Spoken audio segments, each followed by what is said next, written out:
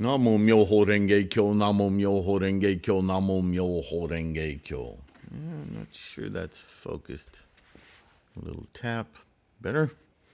Not that I have to be in focus so you can see my lovely face. All right. Hello, friends. I'm so happy that you're here and that you're practicing Lotus Sutra Buddhism. I hope and I trust that you're in good health and secure. If you're not, stay with us and we will improve our karmic mind-body connection, yeah? So, where are we? We are still in the chapter. What was the title of this chapter? Yes, Ease in Practice. How to achieve ease in practice. It would be more accurate. Ease in practice kind of suggests that there's an easy way to practice. It's not wrong, except that it's misleading. The way to ease in practice is to practice with correct attitude and intent. And that's a matter of practice and accomplishment, achievement, building, developing. That's what I was trying to say.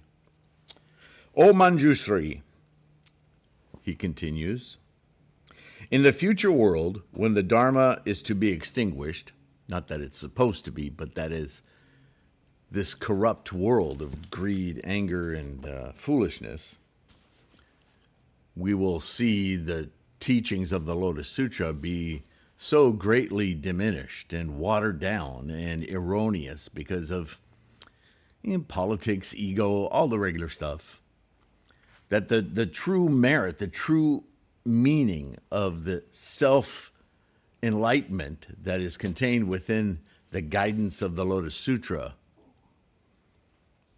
it'll just be lost to history. Because it will have been usurped by or in service to other people's agenda, right? Getting a lot of members, making money, being politically powerful. It's all the authoritarian, since man's been around, trying to one-up one another, yeah? So, having this Bodhisattva Mahasattva, this person, this ideal Bodhisattva that we're talking about, who has the strong mind, the resolve, the confidence to do this right. Having perfected the third sphere of ease in practice, will not be perplexed when he teaches this Dharma. He won't trip all over himself because he'll understand the meaning. He will become acquainted with good fellow students who will recite this sutra together, you and I. He will also acquire a great following who come to hear his teaching. Preserve it after hearing it, recite it after preserving it, teach it after reciting it, copy it after teaching it, and enable others to copy, respect, honor, praise, and pay homage to the Lotus Sutra, the MyoHoRenGeKyo. That's what this whole resource is about, right? Enabling, promoting, giving you as much of a resource, written, audio, verbal, visual,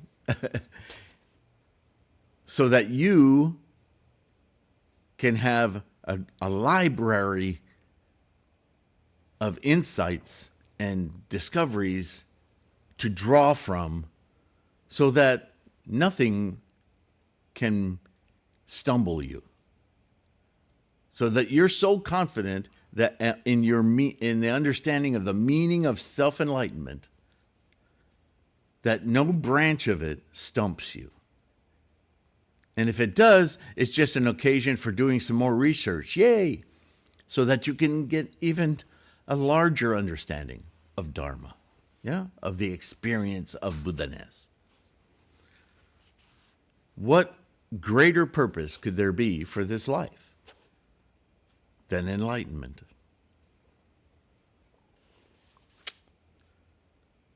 Thereupon the Bhagavat, wanting to elaborate on the meaning of this, further spoke these verses. Well, of course, this is the memorization part, right? If anyone wants to teach this sutra, he says, he should get rid of jealousy, get rid of anger, pride, flattery, deceitfulness, falsity. Those are all aspects of anger, right? Manipulative. And manipulation of the self as well as everyone around. I mean, we don't often see that everything is a two-way street, right? Remember the old cliche? When you point at something, there's three fingers pointing back at you, right? He should always practice honest conduct. There just is no gain except maybe a temporary gain, but it will turn to crap later. There's no gain to being dishonest. There really is not. There's only, you go backwards. So he should always practice honest conduct. That doesn't mean you're always right. It just means that your attitude and your intent is honest. That's all. Yeah, sounds easy. He should not slander others, right? Or make up false fallacies about the Dharma. Yeah, when you reach Buddha-ness and you experience the Dharma of Buddha-ness, you'll be able to smoke cigars and not get cancer. I can't even say it with a straight face. But that's, there are claims out there that are just nuts like that. They're probably not said that way. Nor should he cause others to be doubtful by saying, you won't become a Buddha. Oh, like I have the power to do that. This is a self-motivated practice, right? You will not become a Buddha. Who would say that? God, what a terrible person. And obviously, complete misunderstanding of how Buddhism works. This heir of the Buddha who teaches the Dharma, you and I, should always be gentle and patient. That doesn't mean we should all sound like this. Oh, don't worry. You'll get there. and some of you may sound that way. I'm not putting it down. I'm just saying we all have our own characteristics, right? But again, attitude and intent should be gentle. Gentle and patient. Believe me, I know. I'm not one who has tremendous tolerance for continuous error. But, maybe, and that's why we're all different, maybe those who come to know me closely, maybe they need to be, somebody needs to be stern with them in order for them to pay attention and really get it. We all have different fits, right? Like a puzzle. I know a puzzle is pretty basic shape, but you know what I mean? Everything like atoms making molecules. They're all the same atoms, but they attract or are in conditions and tendencies that make them come together this way or that way simply because they're in different conditions or different situations or have different tendencies. It's just like people. Those who find me or that I find them, however that magnet works, we come together for a reason. Either I'm here to challenge you and you go, but then you think and you come back, well, maybe he had a point, damn him, and you come back and you hear something totally different. The dynamics of relationships, and this is why he started with that first, is that you need to look past that politic, that opinion taking. You can observe it, no problem with that. Don't get hooked into it. And what did he say? He said, keep your mind contemplating Buddha. Single-mindedly contemplate Buddha. Why? For that very reason. Sometimes the karmic obstacles we have are the loudest, most annoying, unreasonable things when they're challenged. So it's entirely possible that when you feel panic, react, stupid, and want to do all the reactionary stuff, maybe there's something there. Maybe you need to go, let me back up. I'll take a break. Let me think about this. Chant for a little while. Open and see if, what was that? Just lost some frames, I guess. See when then you walk away from your altar, or you just take a pause, if certain thoughts don't pop into your mind that make you reconsider how you were feeling a little while ago. Heck, I can remember doing that and busting out laughing at myself or at the situation, like, what? And not even understanding what I was upset about, and then going back and not being able to find what the heck it was I was upset about. The monkey mind is really something. Okay.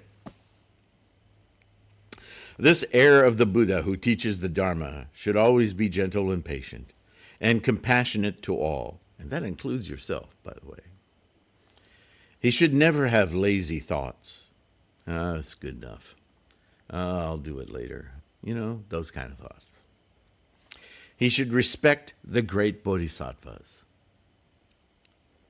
in the 10 directions who practice the path out of their compassion for sentient beings. Right? We have an entire meditation dedicated to the lineage of this teaching coming to us with great respect, reverence, and appreciation, right? And think that they are his great teachers, our great teachers. Absolutely they are. And the ones that are around us that cause us, personal upheaval, they're teachers too. Everything is, right? He should think that all the Buddha, Bhagavats, are the most excellent fathers, right? That's one aspect of Buddha-ness. We see everyone as a child. They upset us like a child. They make us proud and grateful like a child, right? But we need, within all of those emotions, we need to be a reasonable father that can sense those emotions, but not overreact to them. Understand their source, appreciate them for what they are, recognition of things, right? The advancement of our child. It's exciting.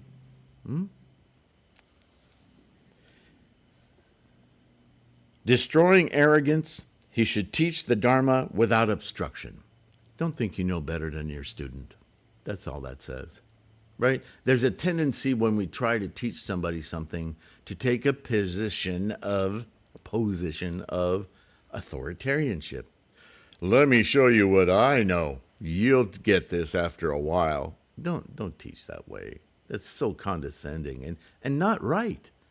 The student who you think is completely ignorant of Buddhism may surpass you in far less time than it took you to achieve what you have achieved. Don't be jealous of that. Be awestruck by that teaching that your student is excelling at came through you. That should be exciting, exalting. It should make you more deeply, profoundly thankful, grateful for this practice. Do you see?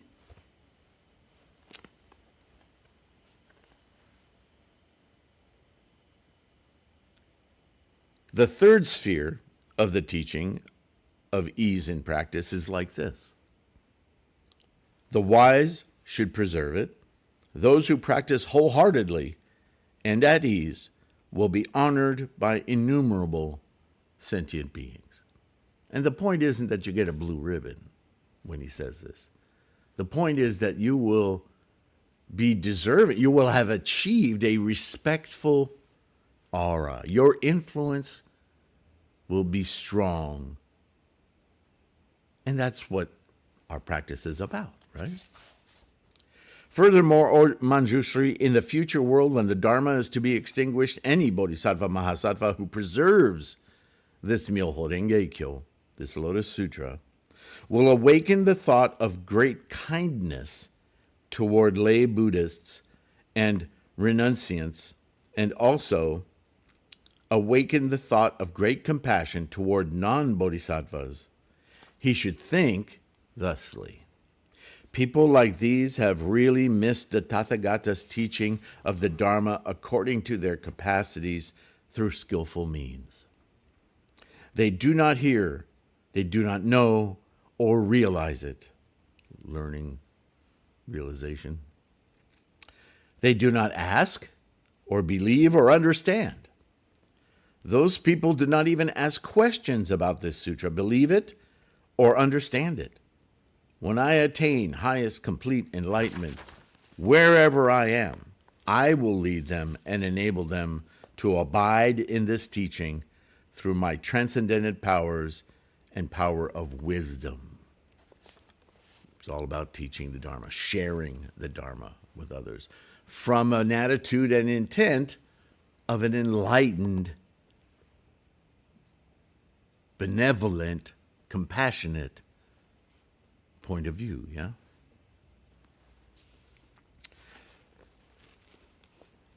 Try not to bend the computer processor here. O Manjushri, he continues, after the Tathagata's parinirvana, this Bodhisattva Mahasattva, whoever he may be, who has perfected the fourth sphere of the teaching of ease in practice, will be faultless when he teaches the Dharma. He will always He will always be paid homage to, respected, honored, and praised by monks, nuns, laymen, and laywomen, kings, princes, ministers, commoners, Brahmins, and householders. The devas in the sky will always accompany him in order to hear the Dharma. If he is in a village, a city, secluded spot, or forest, and the people want to come and ask difficult questions, the devas will protect him both day and night. Always, for the sake of the Dharma, he will cause all of those who listen to him to rejoice. Why is this? Because this sutra is preserved through the transcendental power of all the Buddhas of the past, present, and future. How is that possible? Because past, present, and future are all happening at the same time. O Manjushri, even the title of this Lotus Sutra cannot be heard in incalculable lands. How much more is it unable to be seen, accepted, preserved, and recited? This is the scarcity, right? Buddhism isn't spread via advertising or huge campaigns of proselytizing. It's a person-to-person, a connection from sentient mind to sentient mind.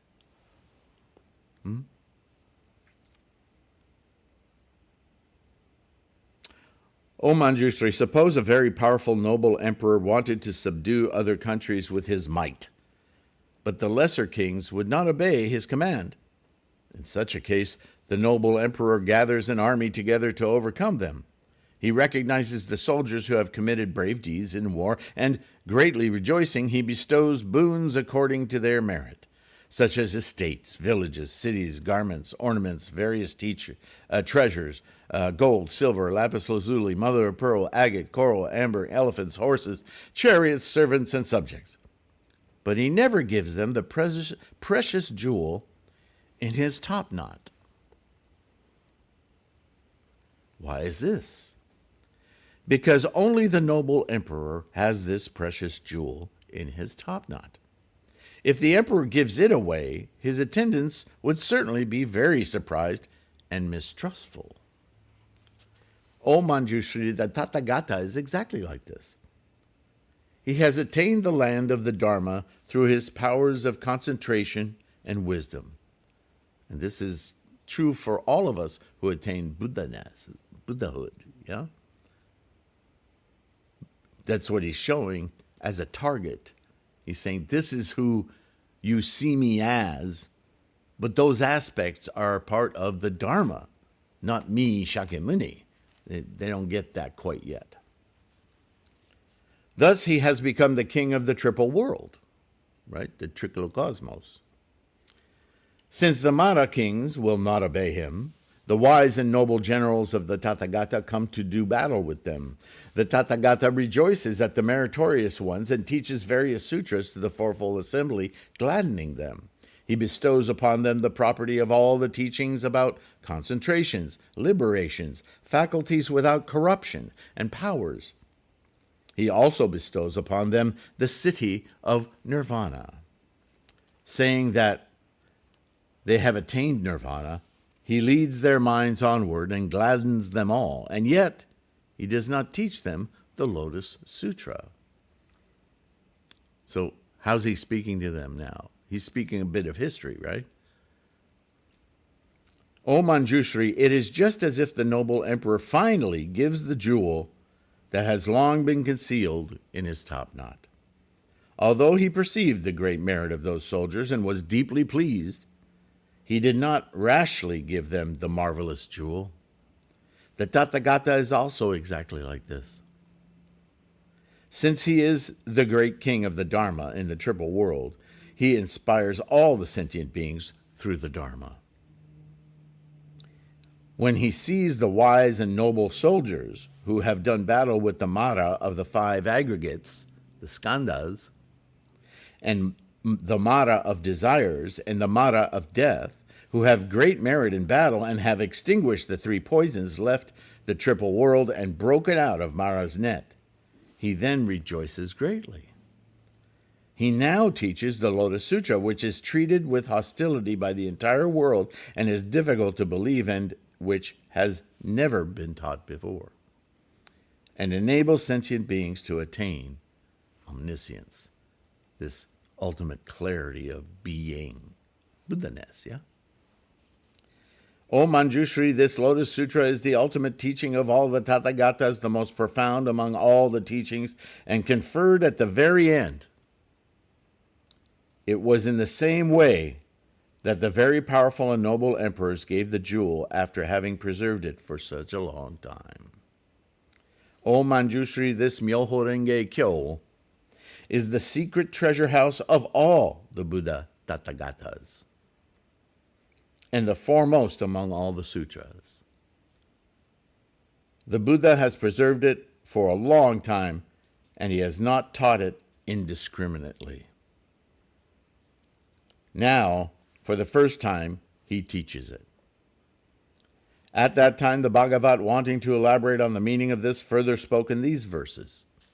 Always practice patience, and be compassionate toward all, since only then can one expound a sutra praised by the Buddha.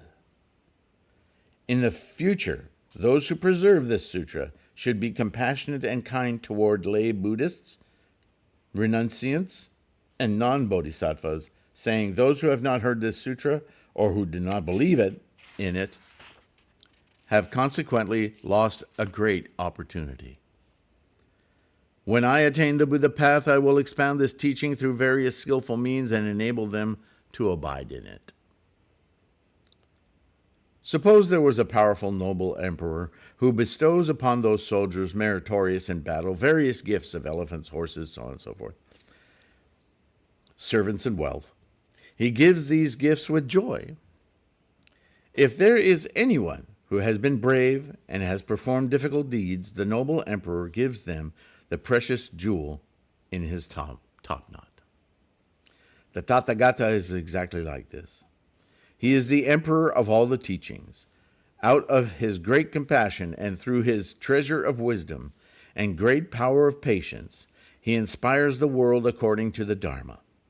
Seeing all the sentient beings suffer, seeking liberation, and doing battle with the Maras, he explains various teachings for the beings and teaches various sutras with his great skillful means. Knowing that the sentient beings have finally attained the power to understand, he teaches the Lotus Sutra only at the very end. Just like the noble emperor who gave the jewel in his top knot, this sutra is the utmost, superior to all the sutras. I have constantly preserved it and have not revealed it indiscriminately. Now is the right time to teach it to you. After my parinirvana, those seeking the Buddha path who want to attain ease and expound this sutra should become familiar with these 4 spheres of the teachings concerning ease in practice. Those who recite this sutra will always be free from anxiety and illness, and will have a noble countenance. They will not be born into poverty, lowliness, or ugliness. And remember, when he says born, he's talking moment to moment, right? Birthday. Because at any moment, fortunes can turn. You don't have to live very long to find that out. Most of us anyway, right? Sentient beings will want to meet them just as they long to meet a wise seer. And all of the Devaputras will serve them. Sticks and swords cannot hurt them, and poison cannot harm them. If people slander them, those slanderers' mouths will be sealed up. They will travel fearlessly like a lion king, and the light of their wisdom will illuminate just like the sun. If they dream, they see only subtle things. They see the Tathagatas seated on lion seats, teaching the Dharma to the assembly of monks surrounding them. They see Nagas and Asuras as numerous as the sands of the Ganges River, honoring the Tathagatas with their palms pressed together. Revealing themselves, they teach the Dharma to these beings. They also see the Buddhas with golden bodies emitting immeasurable rays of light, which illuminate universally, and expounding various teachings with beautiful voices like Brahmas. To the fourfold assembly, the Buddha teaches the highest Dharma, revealing themselves among them. They praise the Buddha with palms pressed together. Hearing the Dharma, they rejoice and pay homage to the Buddha. He's slipped into the hyperbole of the experience of Buddha-ness now. You can see that, you can hear that in the words, yes?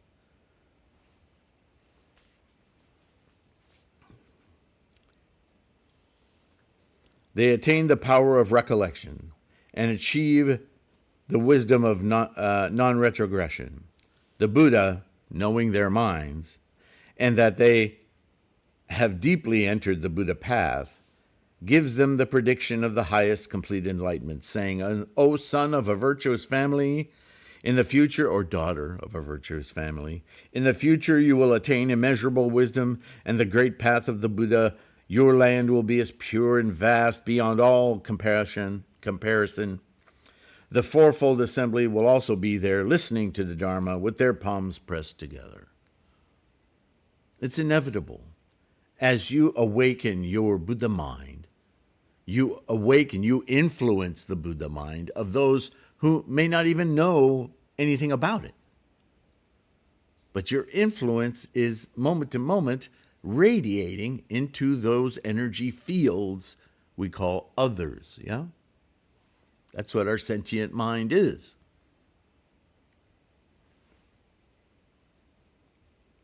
They who recite this sutra also see themselves in mountain forests, practicing excellent teachings, experiencing the real aspect, moment-to-moment instantiation of potential,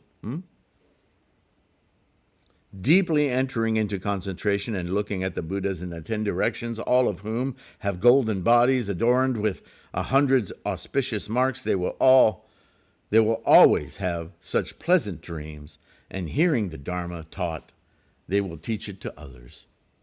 They will also dream about becoming the king of the realm who abandons his palace and retinue and highly pleasing desires of the 5 senses, the skandhas. They'll drift away, right? approaches the terrace of enlightenment, sits on the lion seat under the Bodhi tree, attains the wisdom of all the Buddhas after seeking the path for 7 days, and who, arising, turns the wheel of the Dharma. After having attained the highest path, they will teach the Dharma to the fourfold assembly for thousands of myriads of kotas of kalpas, explaining the true and incorruptible Dharma. They will save innumerable sentient beings. Later, they will enter nirvana. Just as smoke dies away when the flame of a candle is extinguished. If anyone in the troubled world to come teaches this highest Dharma, they will attain great benefits like the merits mentioned above. Now he's set the stage. Wow. So that's what you expect of the bodhisattvas who have the determination of these spheres of being, bodhisattvas. And these great visions and sense of life, the engine of life, being moment to moment in it, engaged in it.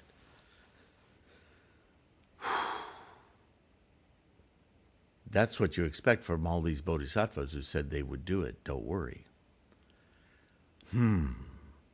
Okay, we got a better idea what you're expecting, and the payoff seems, well, really unknowable to us until we yet get there. So what's the next chapter, do you think? The bodhisattva emerging from under the earth. That next chapter is about you and I, my friends. Should be interesting, yeah? Listen, tremendously grateful that you're listening. That I hope you got to the end of this. You can download this as a audio podcast on the Buddhahood podcast, yeah? And wherever you get your podcasts. I have not yet found a good enough, in fact, most everything that I've found, unless you got to invest hundreds of dollars in it, as a transcriber, sucks. Google's transcriber sucks. Everything that I found that even cost, well, the trials I've taken of some that cost money to have the full version, they're just horrible. And you know what a fanatic I am about language. I'm not claiming any perfection, but man, if you're going to transcribe somebody's words, get the words right. It's not like I'm totally mumbling here, yeah? Wow. I've seen some really horrible stuff. But, you know, I haven't seen everything, I'm sure. So if any of you know of a good transcriber from an MP3 file or even, well, yeah, these are MOV files now, that can take the MP3 from the podcast or the audio stripped from the MOV and turn it into a reasonably accurate text. If you guys know of something out there, even if it costs $2,000, I'd like to know about it, because right now I don't think it exists. And I'm certainly not convinced that it exists well enough that I'm going to try to spend whatever money we have in our coffers to buy it. And then I wonder, well, is it really of value?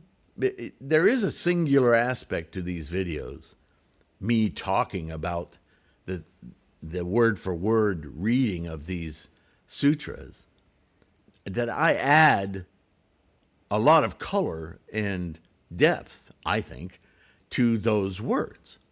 So to have the whole thing as a transcript, I think could have some value for study. You could scan it much faster than you can a video, for instance. And you could mark it up and say, this is what's important for me right now. Which, you know, to do that with videos It can be, it's just too taxing. It's just not doable. So I'd like to hear your opinions, though. Let me know what you think.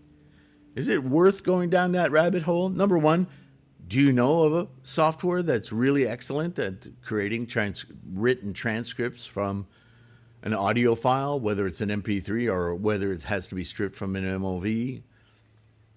I suppose, with VLC, I could create like I don't know if it'll do a WMA or a high resolution audio file like an ACC or something, or FLAC or something like that, when it strips it from MOV file. That's something I might have to look into. But you understand the software I'm looking for. I haven't been able to find anything. Certainly that's within my affordability. But, we all need targets. And secondly, if we were to go through all that trouble and purchase some software to do that, would it have value for you? It'd be like buying a little book on each and every video. And that would be quite a huge endeavor for me. I'd probably start from the most recent, but like I've said before, there's easily 1,500 videos on this channel, probably past that by now. That's a lot of transcripts. But if it's worthwhile, if you think it would augment the usefulness of this resource, I'm all for it. So let me know your thoughts, okay? In the meantime, be kind. Take care of your health. If you can support this effort through just liking and subscribing, brilliant. It's a Bodhisattva act. It helps us grow the channel. If you can buy some books or ebooks or supplies that are helpful to you, they are a contribution toward this channel operating. And patrons on Patreon and direct through PayPal, you guys, Namo MyoHoRenGeKyo. Thank you. Thank you. Thank you. We all thank you, right? All right. Enough blah, blah, blah. Take care of yourself. I'll see you in the next one. Bye for now.